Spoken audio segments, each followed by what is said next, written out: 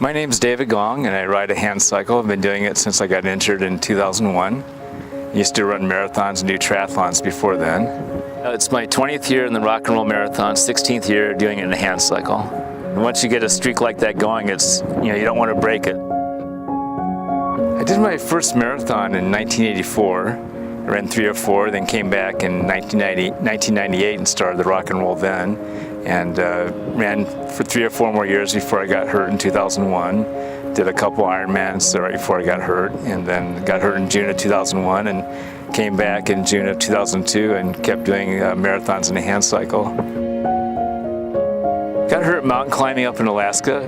We actually did a marathon in June of 2001, a few days before I climbed a mountain and fell. And we did it with team and training, and some of us were climbing a mountain, and I'd done it before and was trying to help them down. They got into a tough spot and went off a cliff, and it fractured the whole spinal cord, the vertebrae, and just completely separated them. So it was a complete severing of the spinal cord, so I don't have any feeling or function below the shoulders. So it's a little tough in the hand cycle because you can't control your body weight. You have to kind of stay in one position, so it's a little tougher, and you don't have your core muscles to help you go up hills. I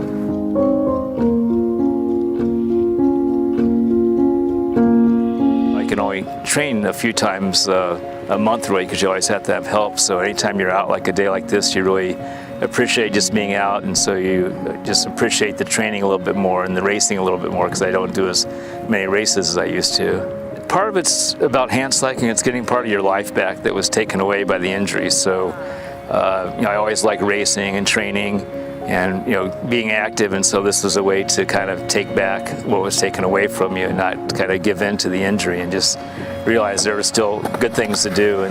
And just being outside, I always loved being outside. So that's the best thing about hand cycling, I think, is being outside again.